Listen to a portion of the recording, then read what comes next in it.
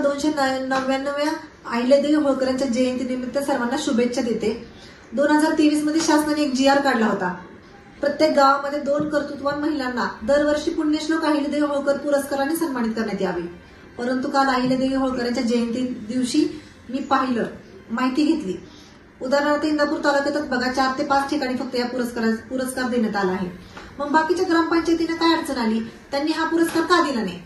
मी त्यांना जाब विचारते। मी काही ग्रामसेवकांना कॉल केला होता, कोणी सांगितलं मी बाहेर आलोय, कोणी सांगितलं 2 दिवसानंतर देणार आहे। शासनाने श्रीफळ, शॉल, रोख रक्कम 500 रुपये आणि शासकीय ट्रॉफी असा पुरस्काराचे स्वरूप होते। मग तुम्हाला तुमच्या घरचे द्यायचे होते का?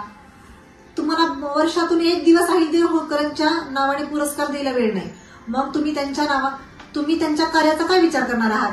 तुम्ही पुरस्कार तरी किती निपक्षपातीप्रमाणे देताय याचाही विचार केला पाहिजे।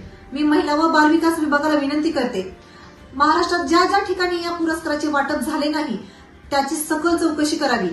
त्याला कोणत्याही आचारसंहितेचं कारण देऊ नये, कारण हा GR गेल्या वर्षीचा आहे, त्यामुळे या वर्षी आचारसंहितेचे कारण देणं योग्य नाहीये। शासनाने याची सखोल चौकशी करावी, योग्य ती कारवाई करावी, नाहीतर शासनाने लोकांच्या रोषाला सामोरे जावे। मी शासनाला विनंती करते की याची सखोल चौकशी करावी आणि योग्य ती कारवाई व्हावी।